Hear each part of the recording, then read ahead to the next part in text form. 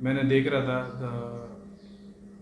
क्या नाम है सदगुरु का 7.5 लाख का यंत्र है। मैंने शक्ति देखा, मैंने बोला अरे यार शक्ति तो मस्त काम करे, कसम खुदा की बोल रहा हूँ, कसम खुदा की।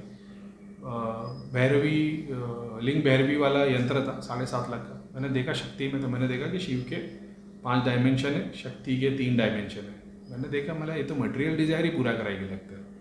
अब मैंने नीचे पढ़ना शुरू किया तो उसमें ये दिया हुआ है कि 3.5 चक्र है और 3.5 चक्र पे वो मटेरियल डिज़ायर 7 चक्र नहीं है वो जो। अब तुम लोगों ने तो वो देखी ना मूर्त और वो हाथ बने हुए, मैं तो अंदर तक देख पा रहा हूँ ना, तो मैंने देख लिया कि 3 ही चक्र है। और जैसा मैं बताता हूँ हार्ट चक्र जो 4th है उसका बीच की एक लेयर है और एक ऊपर की लेयर है। मैंने देख लिया क्या मैं मतलब यहीं तक काम हो सकता है। प्लस 3.5 के बाद भी ईश्वर की कृपा होगी तो तुम्हारे को सासरा भी खुल जाएगा, क्राउन चक्र की भी हो जाए, लेकिन वो काम तो 3.5 पे ही करेगी ऐसा है। तो मैंने देखा कि मटेरियल डिज़ायर के लिए, यानी ये जो यंत्र लेगा मटेरियल, फिर मैंने पढ़ा तो वो मटेरियल डिज़ायर बिजनेस के लिए और वो चीज़ों के लिए वो यंत्र है, और उसमें लिखा हुआ है कि 3.5 यंत्र 3.5 चक्र ही बने हुए इसके, तो वो शक्ति वहीं तक काम करती है। और उसके अंदर मर्क्यूरी डाल के उसको प्राण प्रतिष्ठा की है। मैंने बताया था ना मर्क्यूरी का क्या बड़ा राज है, तो वही मर्क्यूरी जैसा ध्यान लिंगम में है जो एक एक डायमेंशन बना दिए, वो सारे डायमेंशन की शक्ति आती है जाती है। वो मर्क्यूरी जो है ना भाई बहुत बड़ा गेम है। यानी तुम ये सारे यंत्र एक साइड में करो, मर्क्यूरी लेके जाने दो, लेकिन मैंने बताया जिसको यूज़ करना था वो यूज़ कर सके। अब ये मैंने कहीं सीखा नहीं हूँ, कोई किताब नहीं पढ़ी है, मैंने सब ध्यान में और लोगों की केस करने में सीखा।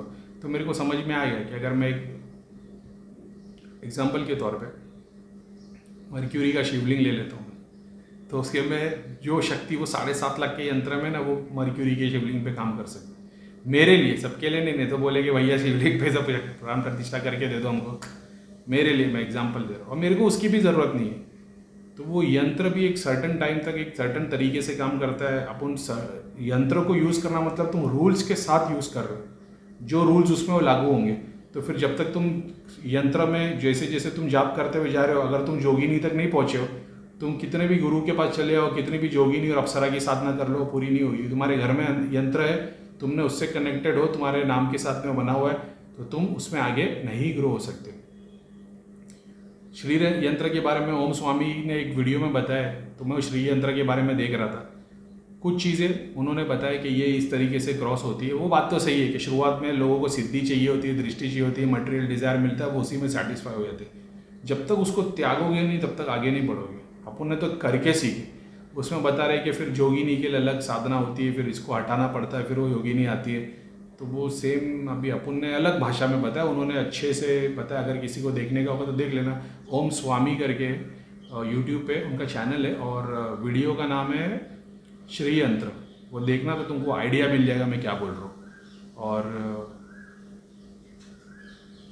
अपन ने तो देखे भाई यंत्र के ऊपर से भी शक्तियाँ चेंज हो जाती है, घुमा के शक्तियाँ घुमाई जा सकती है, बहुत सारा कुछ कर सकते हैं। सूक्ष्म शरीर है, ठीक है, जो भी है जाने दो, नहीं तो तुम लोग और कंफ्यूज हो जाएंगे। लेकिन है इतना है कि भाई बड़े बड़े महान गुरुओं को ले लो, किसी के पास कोई यंत्र नहीं थे, चीज़ें सिखाई लोगों ने, साधना सिखाई, यंत्र सिखाई।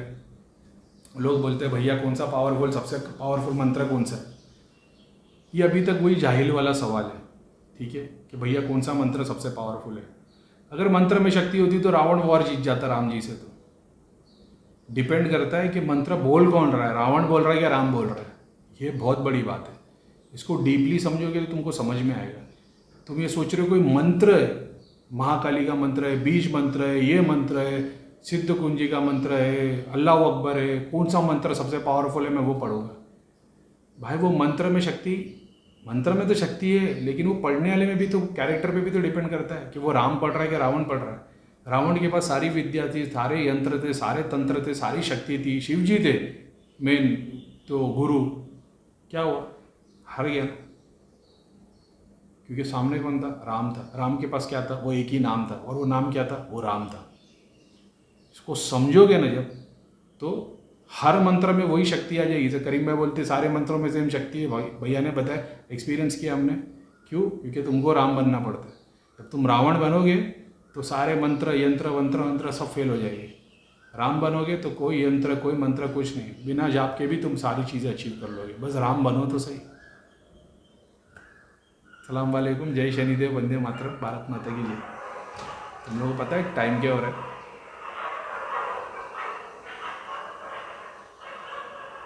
सुबह के 7 बज रहे, ठीक है। फिर ये जल्दी रीड हुई, सुबह से जल्दी सो गया तो जल्दी उठ गया, मैंने वीडियो बना देता, ठीक है। तो सलाम वालेकुम, जय शनिदेव, वंदे मातरम, भारत माता की जय। 1 घंटे का वीडियो बनाया है, लेकिन मेरे को ऐसा लगता है मैं एक ही बनाता हूँ, लेकिन हफ्ते भर के मजबूत रहता है। तो ठीक है भाई प्लीज़ लाइक शेयर और सब्सक्राइब करो, शेयर करो कम से कम, ताकि ज़्यादा लोगों में शेयर हो, ठीक है। तो सलाम वालेकुम, जय शनिदेव, वंदे मातरम, भारत माता की जय। जय श्री राम, जय श्री राम, जय श्री राम, जय श्री राम। राम बनो भाई, रावण तो तुम पैदा ही हुए थे, राम ही बनना है। रावण पैदा हुए थे, मरने से पहले राम बन जाना है।